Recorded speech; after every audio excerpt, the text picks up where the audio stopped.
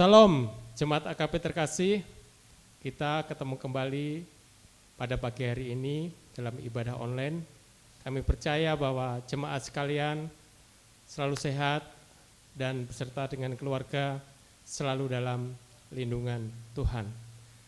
Sebelum kita mulai ibadah kita pada pagi hari ini, mari kita bersama-sama menaikkan ayat hafalan kita pada bulan Agustus yang diambil dari Galatia 5 ayat 1. Dari Galatia 5 ayat 1 kita akan menghafal bersama-sama. Kita akan katakan, supaya kita sungguh-sungguh merdeka, Kristus telah memerdekakan kita, karena itu berdirilah teguh dan jangan mau lagi dikenakan kuk perhambaan. Jemaat terkasih, mari kita bangkit berdiri. Kita akan menaikkan pujian kita pada pagi hari ini. Mari kita bersama-sama beribadah datang kepada Tuhan, bahwa kita punya hati yang rindu untuk memuji, menyembah dan mendengarkan firman Tuhan. Mari kita angkat pujian, satu hal yang kurindu.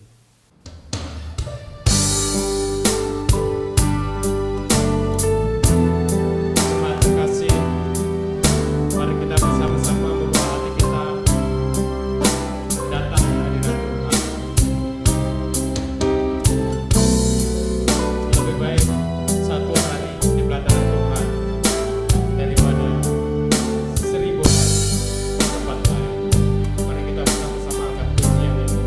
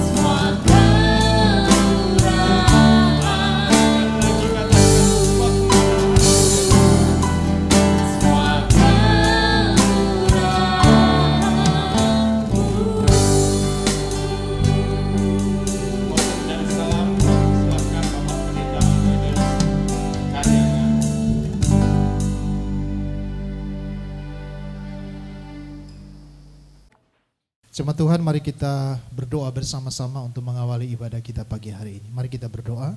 Bapa di surga, kami bersyukur atas kasih dan anugerah-Mu yang begitu besar. Kami masih diberikan lagi waktu dan kesempatan untuk beribadah di minggu ini. Kami bersyukur atas penyertaan dan pertolongan Tuhan. Dari hari ke hari kami tetap menikmati lawatan dan penyertaan-Mu Bapa. Dan pagi hari ini kami menyerahkan seluruh rangkaian ibadah kami dari awal sampai akhir ke dalam tangan Tuhan. Biarlah Tuhan berkati kami. Terpujilah nama-Mu. Kami mau teguhkan dan tabiskan ibadah minggu pagi hari ini hanya di dalam nama Allah Bapa, Allah Anak, dan Allah Roh Kudus. Amin.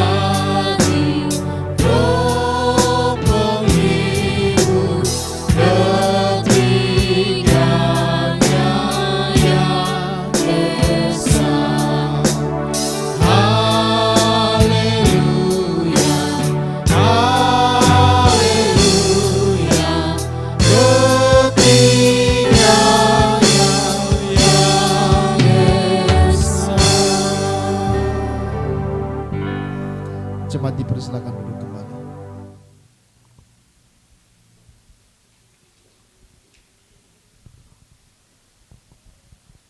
Jemaat terkasih, nas pembimbing pada pagi hari ini diambil dari Efesus 2 ayat 8. Demikian firman Tuhan. Sebab karena kasih karunia kamu diselamatkan oleh iman, itu bukan hasil usahamu, tetapi pemberian dari Allah. Kita tahu bersama bahwa kita adalah umat yang penuh dengan dosa. Mari kita pada pagi hari ini bersama-sama dengan kerendahan hati kita, dengan kerelaan hati kita, kita bersama-sama mengaku dosa di hadapan Tuhan. Untuk itu mari kita bersama-sama mengangkat pujian darah-Mu, Yesus.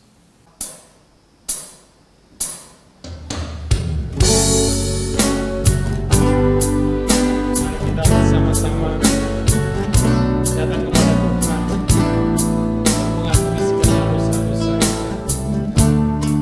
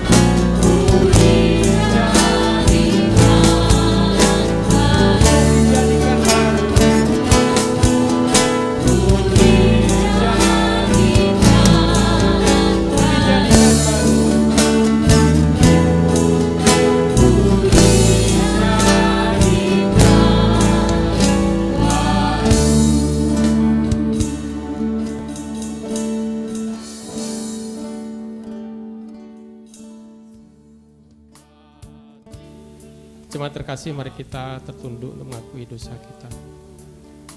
Kembali ya Tuhan, pada pagi yang indah ini kami ucap syukur atas kasih karunia-Mu di mana kami datang pada hari ini sebagai umat yang penuh dengan dosa. Kami memohon ampun ya Tuhan, ampuni segala dosa dan kesalahan kami, baik melalui perkataan, perbuatan, tingkah laku kami kepada Engkau, kepada orang tua kami, kepada sanak saudara kami, kepada orang-orang terdekat kami. Ampuni ya Tuhan. Di dalam nama Tuhan Yesus kami sudah berdoa dan mengucap syukur. Amin.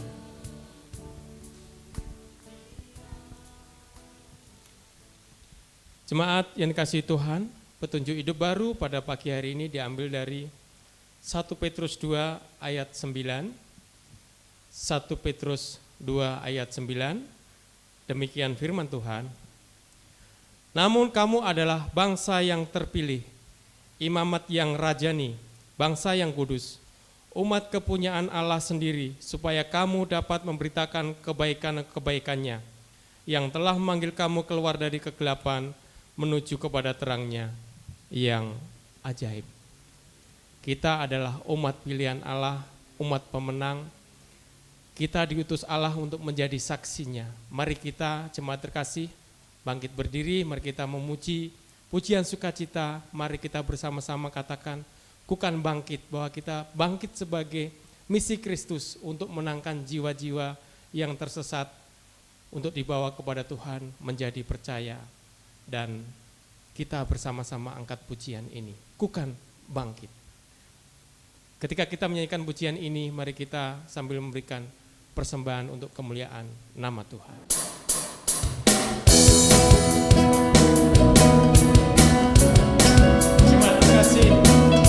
Mari kita semua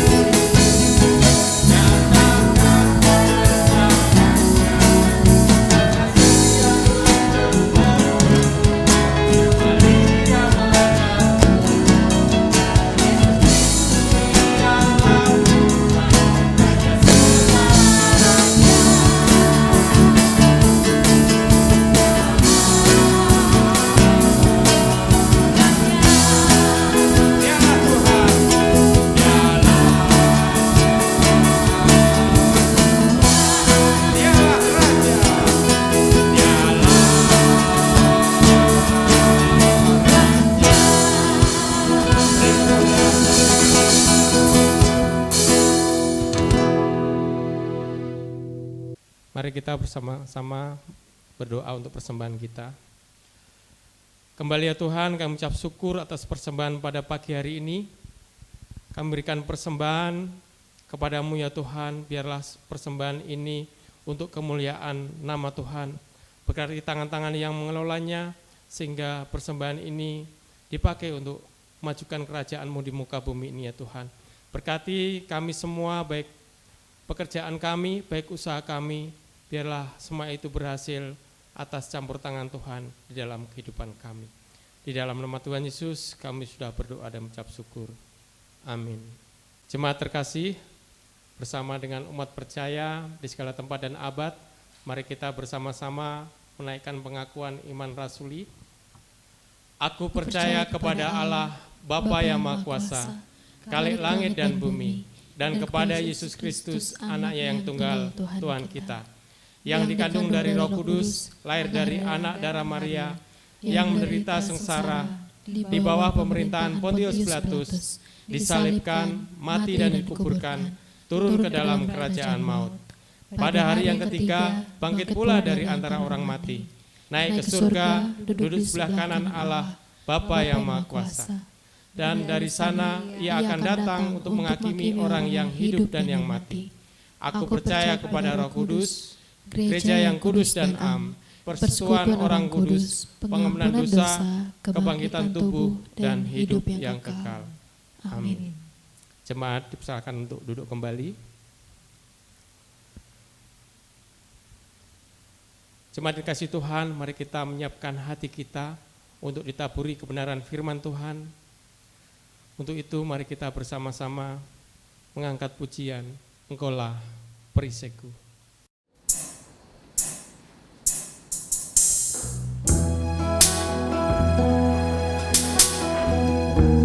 Jemaat terkasih,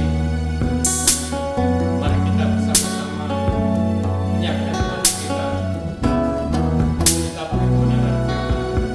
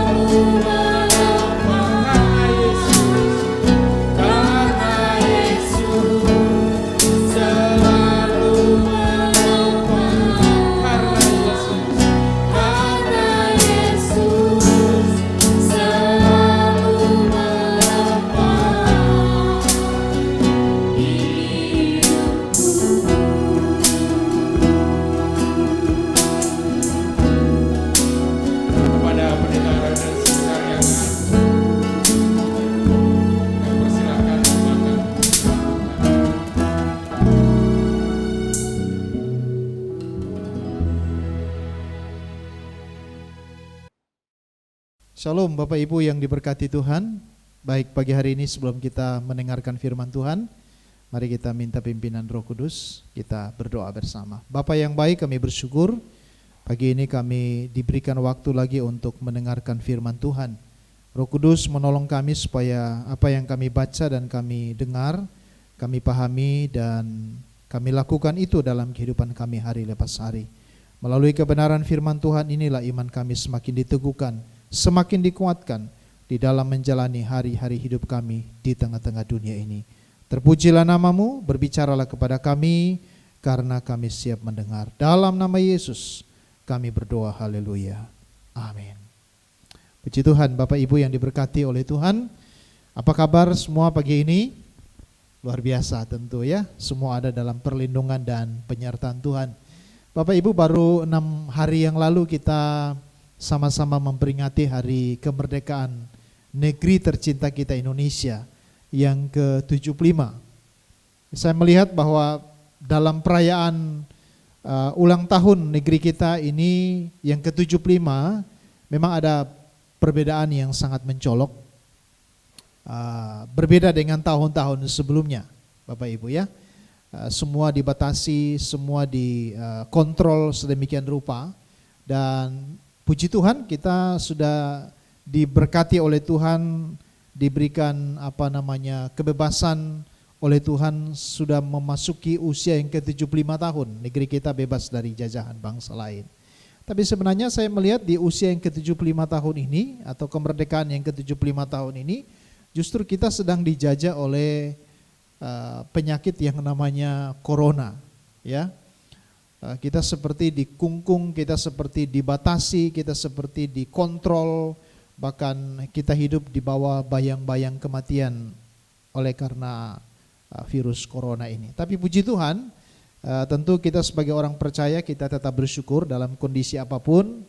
Yang jelas bahwa ketika saudara dan saya percaya kepada Tuhan Yesus sebagai juru selamat secara pribadi, kita ada dalam perlindungan dan penyertaan Tuhan. Dengan hikmat yang Tuhan berikan kepada kita, kita jalani apa yang harus kita lakukan ketika kita ada di dunia ini, mengikuti semua prosedur yang ditetapkan oleh pemerintah, dan kemudian hasilnya semuanya kita tentu serahkan kepada Tuhan. Puji Tuhan, pagi ini saya akan menyampaikan tentang tanggung jawab sebagai orang yang merdeka. Mari kita membuka di dalam surat Galatia pasalnya yang kelima, ayatnya yang ke-13. Satu ayat yang kita baca pagi ini, tetapi nanti dalam penjelasan saya akan menguraikan ayat-ayat yang lain juga. Galatia pasal 5 ayat 13, Bapak Ibu yang sudah menemukan ayat ini mari membaca bersama dengan saya. Surat Galatia pasal 5 ayat yang ke-13, demikian bunyi firman Tuhan. Saudara-saudara, memang kamu telah dipanggil untuk merdeka, tetapi janganlah kamu mempergunakan kemerdekaan itu sebagai kesempatan untuk kehidupan di dalam dosa, melainkan layanilah seorang akan yang lain oleh kasih. Sekali lagi, saudara-saudaraku, memang kamu telah dipanggil untuk merdeka, tetapi janganlah kamu mempergunakan kemerdekaan itu sebagai kesempatan untuk kehidupan di dalam dosa, melainkan layanilah seorang akan yang lain oleh kasih.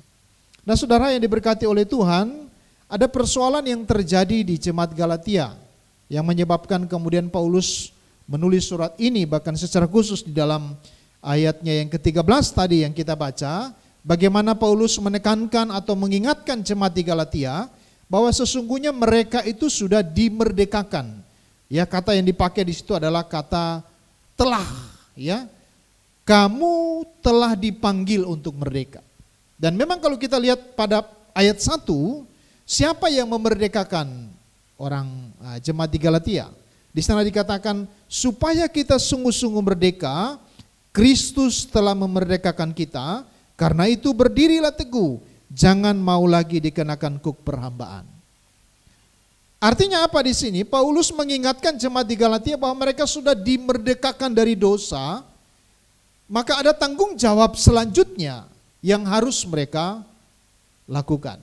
Memang ada persoalan yang rumit ya di jemaat Galatia, di mana justru orang-orang non-Yahudi, dalam hal ini orang-orang Yunani yang percaya kepada Injil, percaya pada Yesus sebagai juru selamat mereka secara pribadi, yang ada di jemaat Galatia, mereka sebenarnya bersyukur karena mereka percaya kepada Yesus, dan Yesus bukan hanya memberikan mereka pengampunan dosa.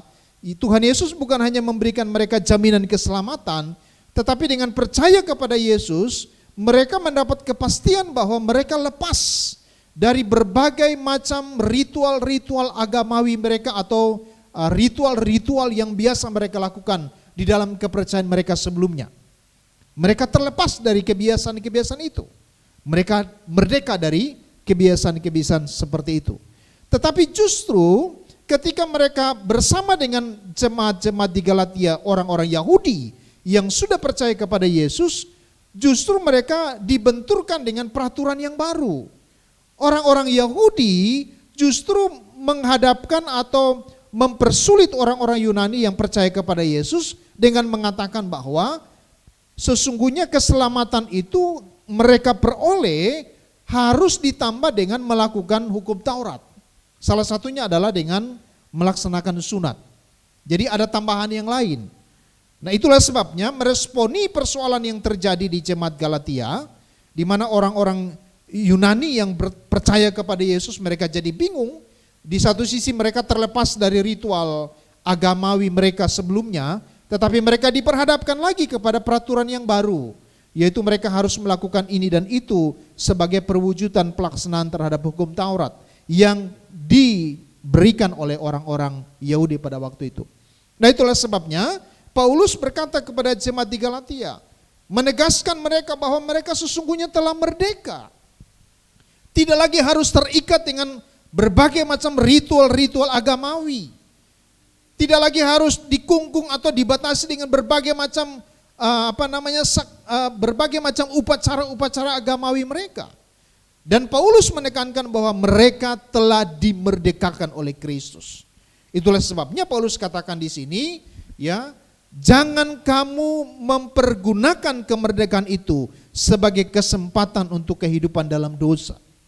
Terlepas dari ritual dan upacara-upacara agama yang lama, tetapi kemudian diperhadapkan lagi dengan kebiasaan dan ritual yang baru. Itulah sebabnya Paulus katakan, jangan kamu mempergunakan kesempatan kehidupan di dalam dosa, kesempatan di mana mereka sudah dimerdekakan, tetapi kemudian diperhadapkan lagi dengan berbagai macam aturan-aturan yang lain. Nah, itulah sebabnya ada dua hal yang ingin saya sampaikan berkaitan dengan tanggung jawab kita sebagai orang yang sudah dimerdekakan. Paulus memberikan dua hal kepada jemaat di Galatia, tanggung jawab mereka sebagai orang yang sudah dimerdekakan. Yang pertama, saudara, kita lihat di dalam ayat yang 13 tadi, dikatakan, saudara-saudara, memang kamu telah dipanggil untuk merdeka, tapi janganlah kamu pergunakan kemerdekaan itu sebagai kesempatan untuk kehidupan dalam dosa. Saudara, kata lain dari jangan kamu mempergunakan kesempatan untuk hidup lagi di dalam dosa, saya coba melihat bahwa tanggung jawab kita yang pertama itu adalah kita harus menjauhkan diri atau tidak hidup lagi dikuasai oleh dosa. Ya, tidak lagi memberi diri kita dikuasai oleh dosa. Dan memang seharusnya begitu. Sepantasnya memang begitu. Orang yang sudah percaya kepada Yesus, hidupnya dikuasai oleh Yesus. Orang yang sudah memberi diri kepada Tuhan Yesus, maka Tuhan Yesuslah yang akan mengontrol, yang menguasai kehidupannya, bukan dikuasai oleh pihak lain, teristimewa oleh dosa. Maka tanggung jawab kita adalah yang pertama, kita harus menyerahkan totalitas hidup kita di dalam tangan Tuhan dengan cara apa? Tidak lagi hidup di dalam dosa. Nah, orang yang sudah merdeka adalah orang yang sudah bebas. Bangsa kita 75 tahun bebas dari penjajahan bangsa lain. Saudara dan saya, awalnya Alkitab katakan kita dijajah, kita dikuasai, kita dikontrol oleh dosa. Kita dibelenggu oleh dosa. Kita ini adalah hamba dosa. Tetapi oleh karena Kristus telah mati di atas kayu salib, dan bagi setiap orang yang percaya kepada Kristus yang telah mati di atas kayu salib itu, maka hidupnya akan dimerdekakan. Dan saudara dan saya sudah percaya kepada Yesus, maka kita sudah dimerdekakan dari dosa. Maka selanjutnya adalah kita tidak boleh lagi memberi diri kita atau memberi hidup kita untuk dikuasai oleh dosa. Kenapa? Karena kita sudah bebas. Merdeka itu artinya bebas. Nah, orang Kristen yang sudah merdeka dari dosa berarti dia bebas dari kuasa dosa. Dia bebas dari belenggu dosa. Memang saudara dan saya masih bisa berbuat dosa, tapi kita tidak boleh lagi dikuasai oleh dosa. Selagi kita masih hidup di dunia ini, memang kadang-kadang tanpa sadar kita bisa berbuat dosa. Tapi ingat, saudara dan saya sudah tidak lagi mungkin dikuasai oleh dosa. Kenapa? Karena hidup kita sudah dikuasai oleh Roh Kudus. Nah, perhatikanlah saudara, ada 15 jenis dosa yang dicatat dalam Galatia pasal 5 ayatnya yang ke-19 sampai ayat yang ke-21. Ini yang harus kita tinggalkan, ya. Dosa-dosa inilah yang tidak boleh lagi menguasai hidup kita. Dulu sebelum kita percaya Yesus mungkin kita melakukan hal ini. Tapi sekarang setelah kita dimerdekakan, kita dibebaskan, kita tidak boleh lagi jatuh di dalam dosa yang sama. Mari perhatikan dalam Galatia pasal 5 ayat 19 sampai 21 apa yang dikatakan oleh Paulus di sana. Ada 15 jenis dosa. Ya.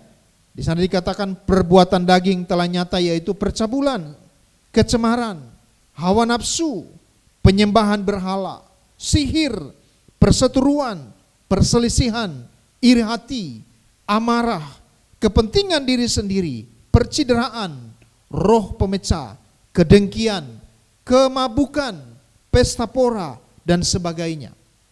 Terhadap semuanya itu kuperingatkan kamu, kata Paulus, supaya seperti yang telah kubuat dahulu, bahwa barang siapa melakukan hal-hal yang demikian, ia tidak akan mendapat bagian di dalam kerajaan Allah. Jadi Paulus mengingatkan jemaat di Galatia bagaimana kehidupan mereka yang sudah dimerdekakan dari dosa, yang sudah dimerdekakan oleh Kristus melalui pengorbanannya di atas kayu salib. Mereka tidak boleh lagi dikuasai oleh 15 jenis dosa yang dicatat dalam Galatia pasal 5 ayat 19 sampai ayat yang ke-21 itu. Nah, mari kita introspeksi diri kita masing-masing. Apakah hidup kita masih dibelenggu oleh dosa atau tidak? Kalau kita masih dibelenggu oleh dosa, artinya segala keinginan-keinginan kita lebih berorientasi, ya, lebih kecenderungan keinginan kita adalah melakukan perbuatan dosa, berarti saudara dan saya belum merdeka. Kita belum bebas. Kita masih diperbudak oleh dosa. Kita masih dikuasai oleh dosa. Tapi kalau kita berani berkata tidak terhadap dosa-dosa yang sudah dicatat dalam Galatia pasal 5 ayat 19 sampai 21 itu, berarti kita sudah betul-betul merdeka. Ada Roh Kudus yang menolong kita untuk tidak lagi jatuh di dalam dosa-dosa yang diuraikan di dalam Galatia 5 ayat 19 sampai 21 itu, yang disebut dengan perbuatan daging. Orang yang sudah percaya Kristus, maka otomatis hidupnya dipimpin oleh Roh Kudus. Keinginannya adalah keinginan yang sesuai dengan kehendak Tuhan. Tapi orang yang belum percaya kepada Yesus, keinginannya adalah keinginan daging. Yang kecenderungan semua daripada keinginan daging adalah melakukan hal-hal yang tidak sesuai dengan kehendak Tuhan. Dan Paulus katakan, Paulus ingatkan, dulu Paulus juga pernah melakukan itu. Kata Paulus, seperti yang kami pernah lakukan dahulu. Dan kemudian dikatakan oleh Paulus, dilanjutkan, bahwa orang-orang yang masih melakukan semuanya itu, maka dia tidak akan pernah mendapat bagian dalam kerajaan Allah. Wow, ini serius saudara. Jangan saudara berpikir bahwa pesta pora itu hal yang biasa. Ya, orang yang sudah hidup dalam Tuhan, dia otomatis kecenderungan hatinya, keinginan itu berbeda dengan keinginan-keinginan orang dunia. Akan terjadi transformasi, terjadi perbaikan atau perubahan keinginan. Bukan keinginan daging yang lebih cenderung, lebih dominan, tapi keinginan roh yang lebih dominan. Ya, jadi Bapak Ibu Saudara yang diberkati oleh Tuhan, orang Kristen yang masih hidup di dalam kedagingan berarti orang Kristen yang belum merdeka. Tapi orang Kristen yang hidup di dalam roh berarti dia sudah dimerdekakan. Hidup dipimpin oleh Roh Kudus, berarti dia sudah dimerdekakan oleh Tuhan. Perhatikan apa yang dikatakan oleh Paulus dalam Roma pasal 6 ayat 6 sampai 14. Saya mau bacakan bagi Bapak Ibu. Bapak Ibu bisa lihat dalam Alkitab Bapak Ibu, Roma pasal 6 ayat 6 sampai 14 berkata begini. Karena kita tahu bahwa manusia lama kita telah turut disalibkan, supaya tubuh dosa kita hilang kuasanya, agar jangan kita menghambakan diri lagi kepada dosa. Ayat 7, sebab siapa yang telah mati, ia telah bebas dari dosa. Jadi jika kita telah mati dengan Kristus, kita percaya bahwa kita akan hidup juga dengan Dia. Karena kita tahu bahwa Kristus sesudah Ia bangkit dari antara orang mati, tidak mati lagi. Maut tidak berkuasa lagi atas Dia. Sebab kematiannya adalah kematian terhadap dosa, satu kali dan untuk selama-lamanya. Dan kehidupannya adalah kehidupan bagi Allah. Demikianlah hendaknya kamu memandangnya, bahwa kamu telah mati bagi dosa. Perhatikan baik-baik. Kamu telah mati bagi dosa, bukan hidup bagi dosa, tapi kamu telah mati bagi dosa. Ya, kamu telah mati bagi dosa, tetapi kamu hidup bagi Allah dalam Kristus Yesus. Sebab itu hendaklah dosa jangan lagi berkuasa di dalam tubuhmu yang fana, supaya kamu jangan menuruti keinginannya. Dan janganlah kamu menyerahkan anggota-anggota tubuhmu kepada dosa untuk dipakai sebagai senjata kelaliman, tetapi serahkanlah dirimu kepada Allah untuk menjadi senjata kebenaran. Sebab kamu tidak akan dikuasai lagi oleh dosa.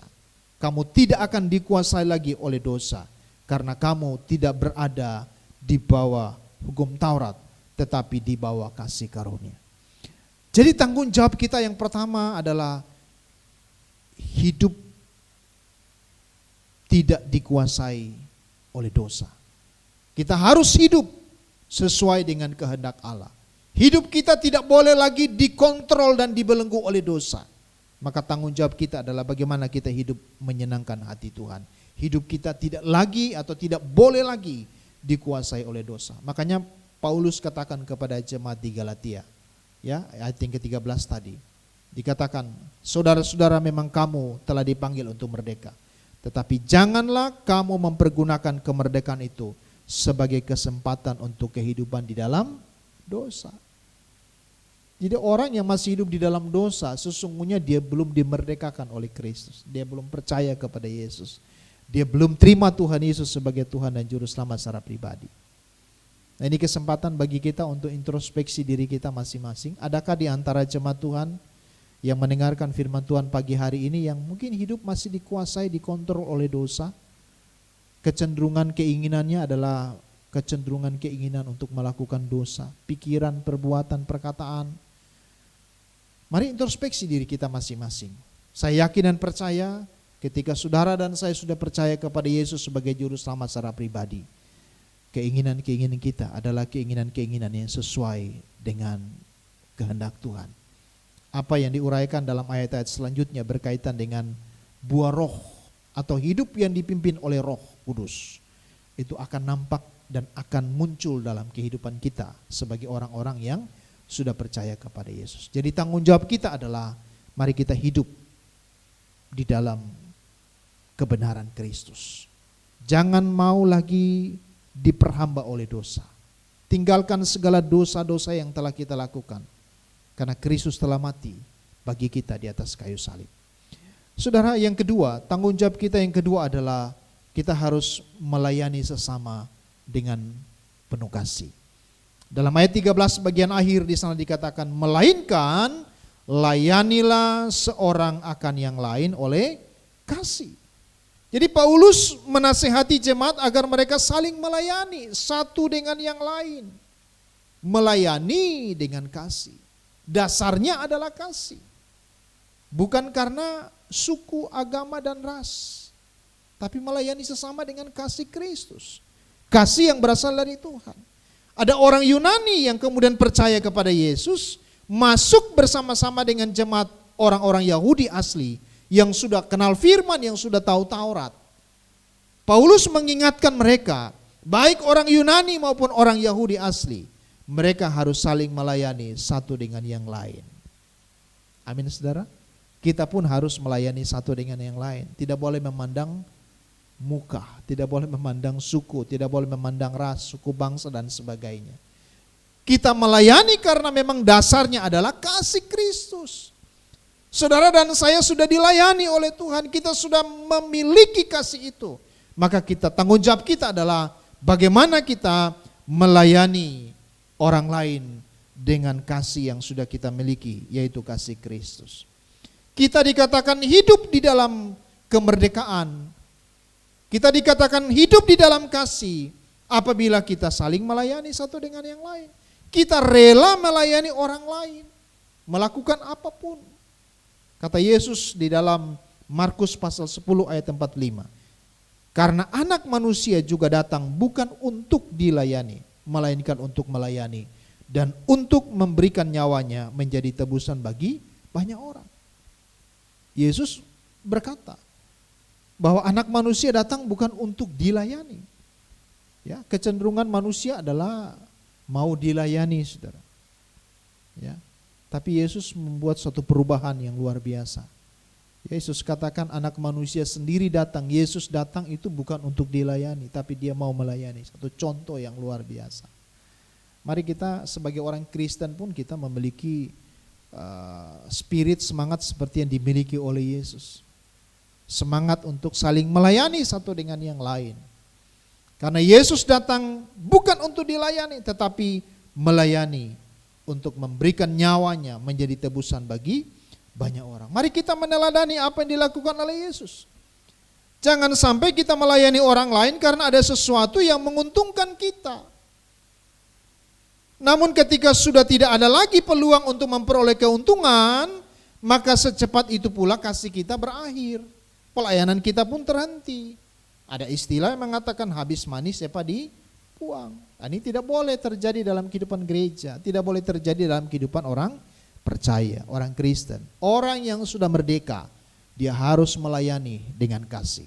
Orang yang belum dimerdekakan, orang yang belum merdeka, dia melayani tanpa dasar kasih, karena ada maksud yang lain.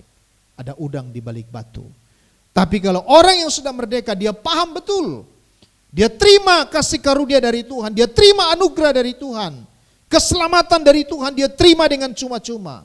Maka tanggung jawabnya adalah dia harus melayani orang lain. Karena melayani sesama itu adalah wujud dari kita melayani Tuhan. Dan saudara yang diberkati oleh Tuhan, kita tidak boleh menerapkan kasih seperti yang diterapkan oleh dunia ini. Kalau kamu baik, saya baik. Kalau kamu tidak baik, saya juga akan lebih tidak baik lagi. Pernahkah saudara berkata begitu dan pernah mendengar orang mengatakan begitu? Kalau Anda baik, saya baik. Saya akan bisa lebih baik dari Anda. Tapi kalau Anda jahat, saya akan lebih jahat lagi dari Anda. Ini bukan konsep Alkitab. Ini konsep dunia, saudara. Tapi konsep kita adalah bagaimana kita melayani sesama. Ya, bagaimana kita mau menerima sesama. Meskipun kita berbeda, tapi kita mau menerima. Karena konsepnya, dasarnya adalah kasih.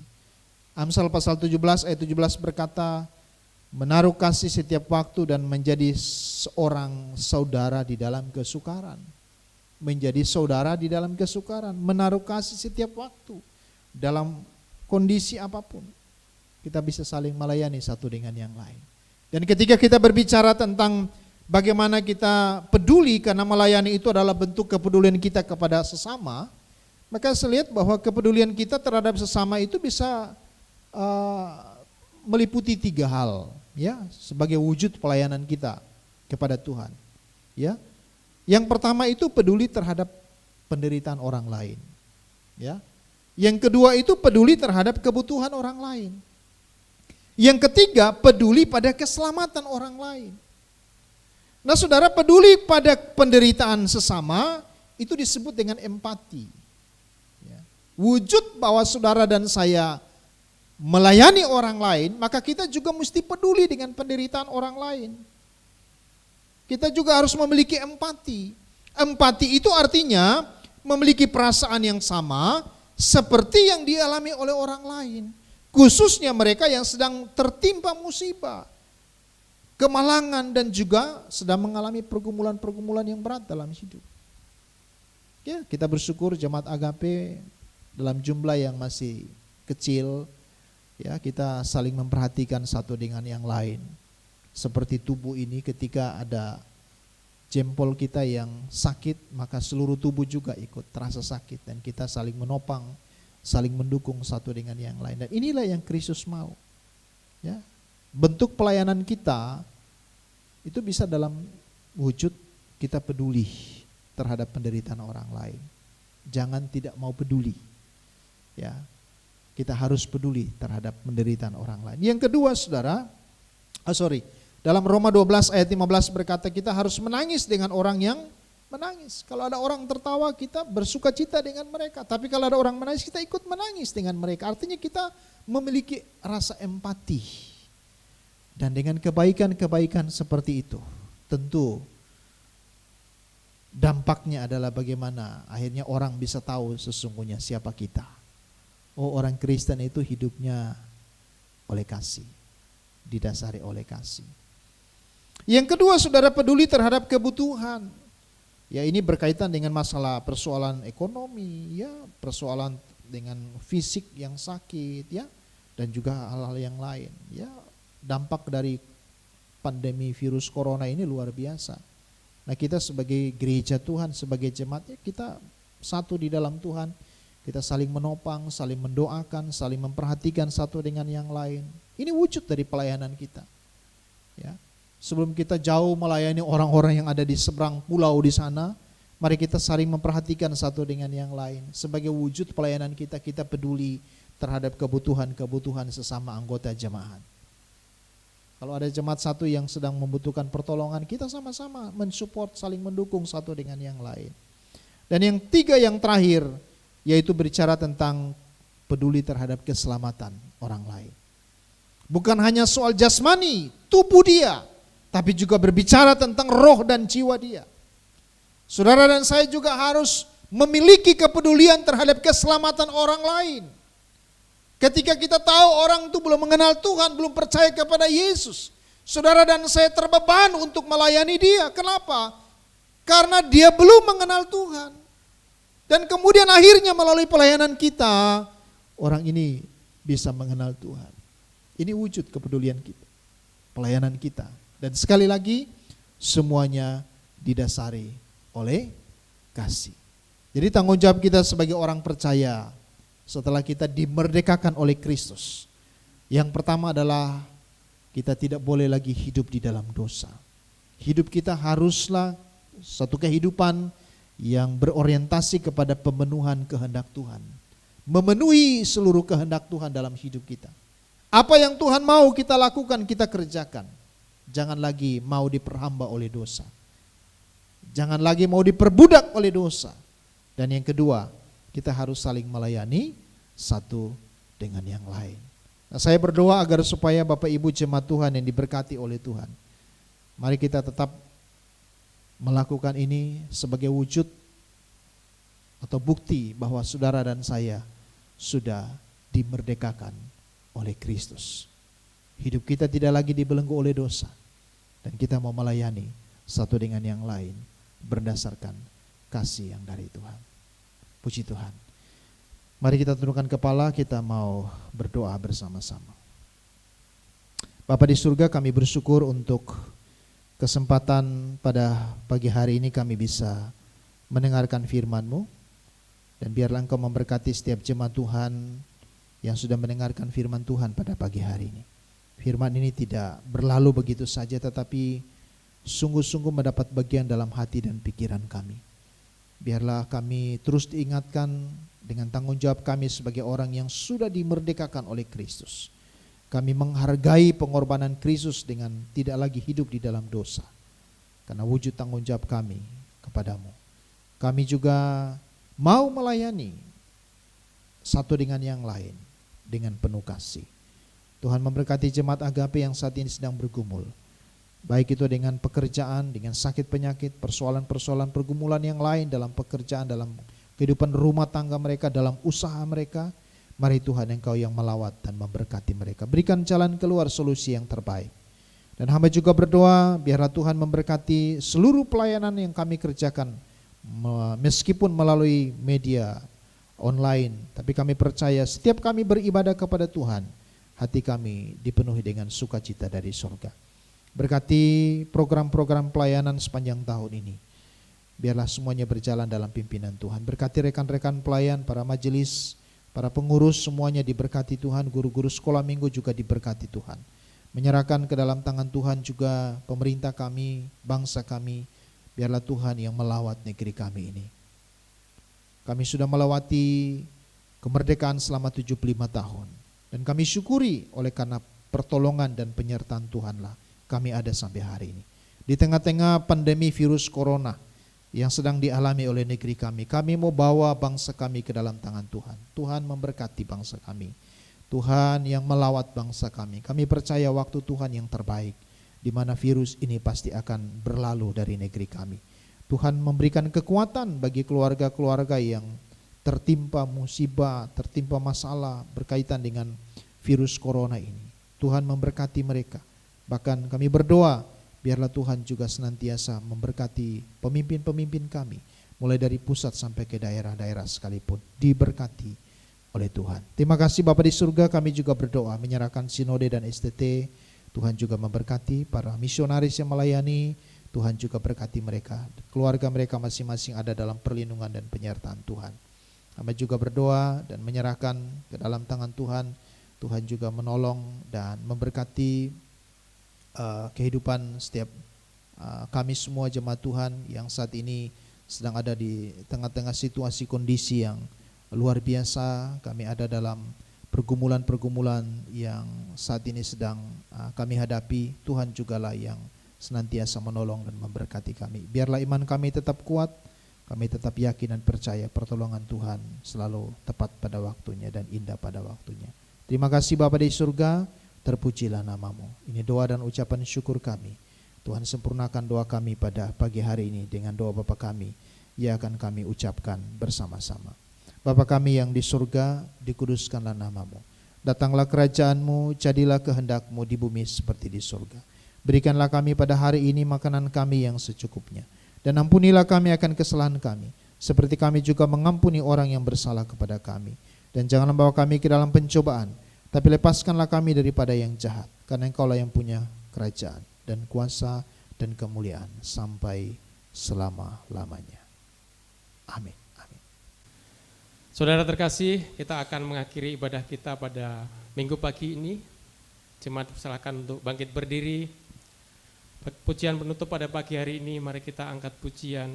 Terima kasih Tuhan.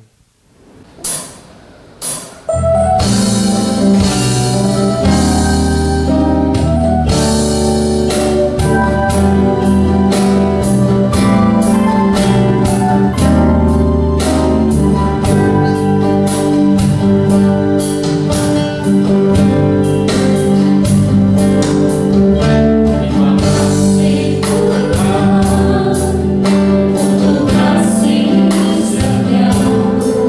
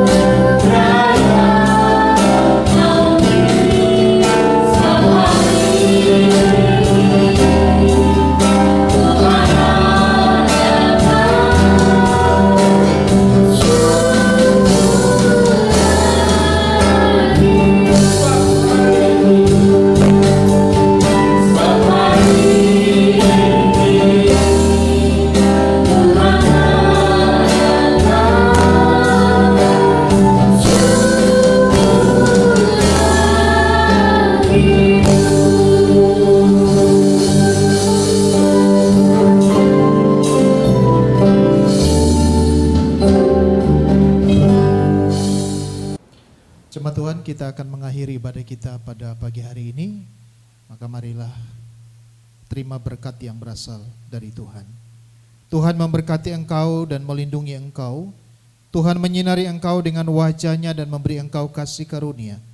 Tuhan menghadapkan wajah-Nya kepadamu dan memberi engkau damai sejahtera mulai hari ini sampai selama-lamanya. Amin.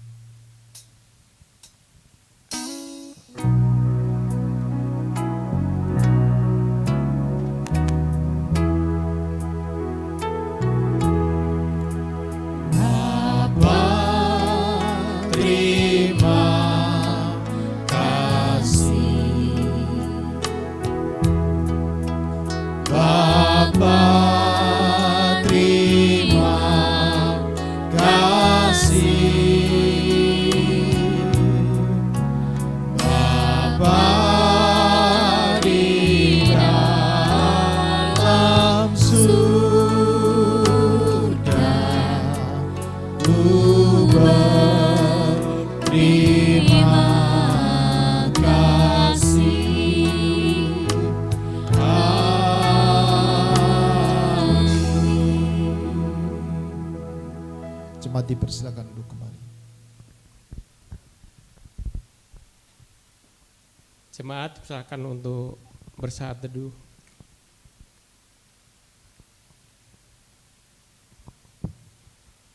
Jemaat terkasih, kami mengucapkan selamat hari Minggu, tetap jaga kesehatan, semoga keluarga kita selalu dalam lindungan Tuhan. Salam merdeka.